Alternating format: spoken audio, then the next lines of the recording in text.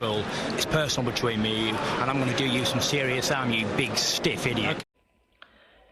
The untouchable True School Sports Empire proudly presents something the boxing games are missing. Hey, what's going on? It's your boy BT, and I came here to talk some boxing with the thousands of True School Sports subscribers. Now, in this video, we're going to talk about one of our favorite subjects here on this channel, which is none other than the Mexican monster himself, Benavidez. Because whether I say anything good about Benavidez or bad about Benavidez, he always tends to spark up great conversation on this channel because, you know, let's acknowledge the obvious. Benavidez is one of the brightest talents in boxing. You know, a guy that really has all the goods to really cement himself as one of the top fighters. But at the same time, this is a guy that I also feel like has been protected by Sampson Boxing. This is also a guy that I really believe there has been this narrative floating around that he's this feared and ducked fighter. And I don't feel that way. I really don't believe that he's this ducked and avoided fighter.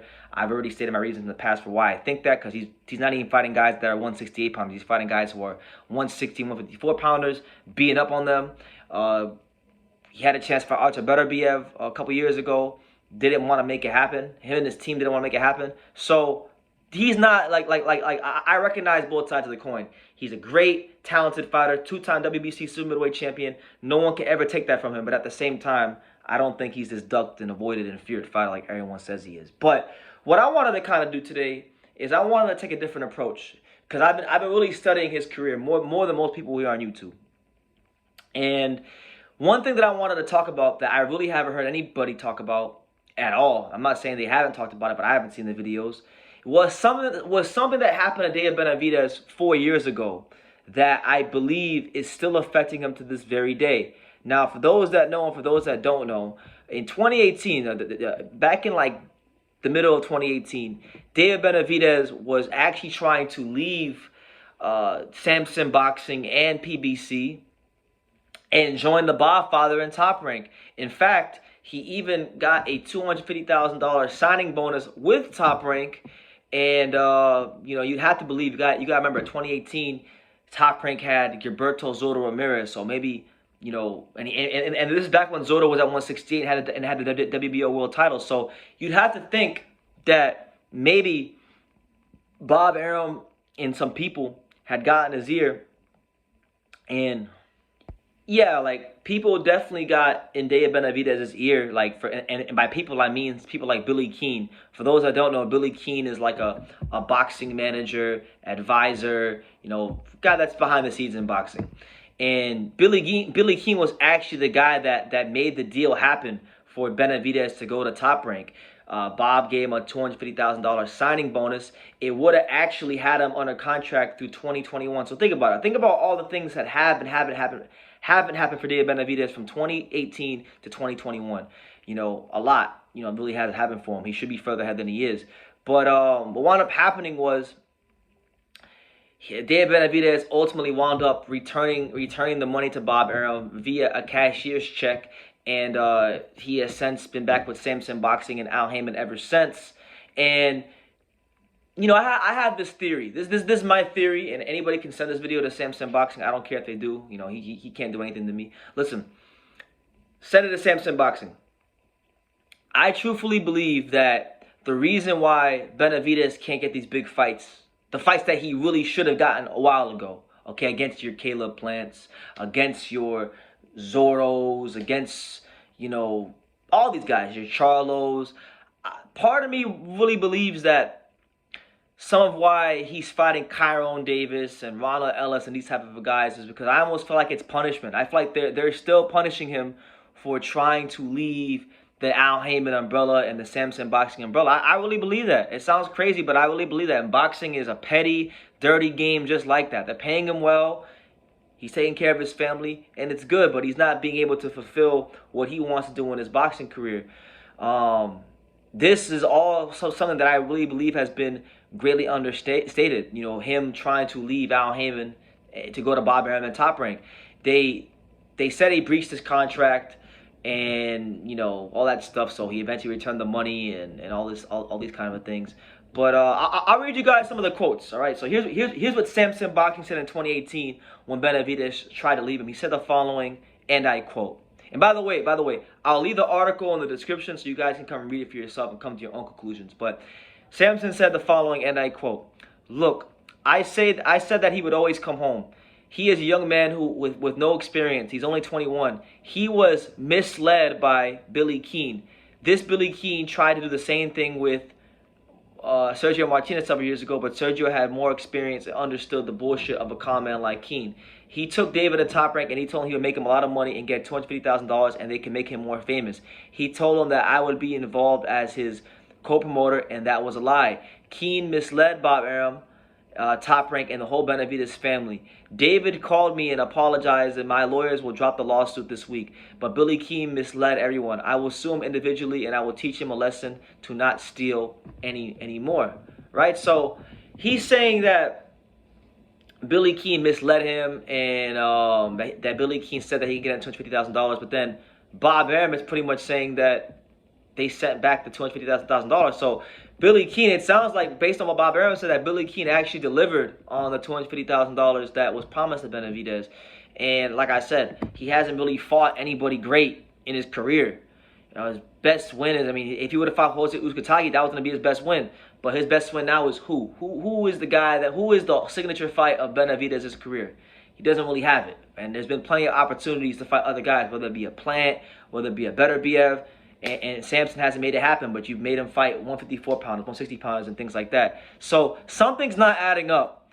Because Benavidez, when you look at his attitude, he strikes me as a guy that is down to fight anybody. He does. He truthfully strikes me as a guy that's down to fight anybody.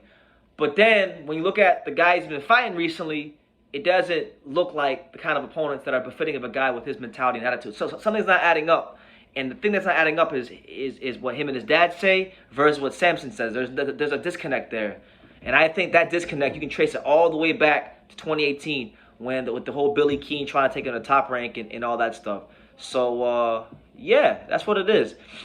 Sampson then went on. I'm reading some more quotes and we'll close it out soon. But Sampson then went on by saying, "I turned it down because I believe that after 10 years of my company, I gave up Sergio Martinez for many years to Ludabella. I gave up Manny Pacquiao and Javier Castillo. I gave up Lucas Batista to Golden Boy, and I finished empty-handed. Now that I have my own company and I find a superstar in David Benavidez, why should I give him away? I am not a poor man. 7 figures does not blind my eyes. Now I hope our relationship between Top Rank and Sampson Boxing will work as it did before. I have the utmost respect for Bob Arum." So there you have it. Very, very diplomatic quote there from, Sampson Boxing towards the end. But let's be real. He's even telling you. He's telling you, look, he didn't get a chance to really reap the benefits of promoting Sergio Martinez. He didn't get the chance to reap the benefits of discovering Manny Pacquiao and Javier Castillo and Lucas Batista. He had to give those guys up to bigger promotional companies. And now he's trying to build his own shit. He's trying to build his own company. And he's got a guy that he feels is befitting of a superstar in Benavidez that can really take him forward and push him forward. And he's not going to be so quick to give him up. So, like I said, something doesn't add up with Benavidez in his career because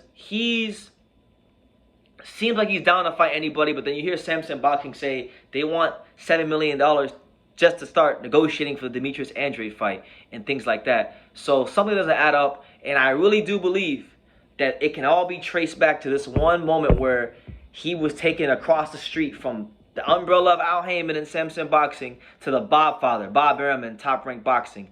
And I'm pretty sure, I'm more than sure, if he would have been with Bob Arum in 2018, he would have fought Gilberto Ramirez for the WBO title, and it would have been an all-Mexican super middleweight championship fight, and his whole career, the whole outlook of his career would be different. Rather than him being some guy that, everyone says is feared and nobody wants to fight, he would have actually been a guy that self-actualized to the highest degree what his talent actually is.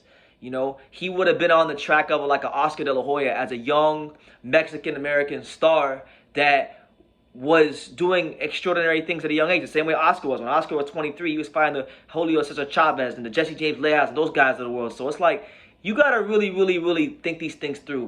One thing I've learned about boxing and being around it over the years is that nothing is ever quite all the way what it seems, you know. So I'm gonna leave it at that. You guys can give me your thoughts down below. I would really highly advise anybody who's interested in David Benavidez as a fighter and his boxing career to go read this article from 2018 and go look at the situation. And you tell me what you guys think in the comments down below. I really want you guys' feedback, and let me know if you agree or disagree with anything I said. I'm all open to it. And the last thing I'll say is this: if anybody in Team Benavidez, whether it's David himself or Sampson Lukowitz or Jose Benavidez Sr., if any of them agree or disagree with anything I'm saying, I welcome them to come on this platform and we could discuss this whole thing and their careers and everything surrounding David Benavidez, because I do have a lot of questions, and that's what it is. So yeah, let me know what you guys think in the comments down below. Make sure you guys take the time to subscribe, because we're on the road to 50,000 subscribers, and I'm sure with your guys' help I'll get there rather quickly. And like I say in every single one of these videos, you guys can love me or you can hate me, but I'm just a kid from Daniel. So until next time, take care, guys. Thank you for watching True School Sports. No, follow this kid. Oh. You know, he's a true, he's a young, true, passionate person who follows boxing. He wakes up thinking about boxing and he goes to sleep thinking about boxing. This is true. Good kid, good man, and looking forward to seeing him everywhere in the boxing world. Hey man, if you ain't subscribed to True School Sports, you fucking up, man. Make sure you subscribe, bro. Fucking up big time. Make sure, man.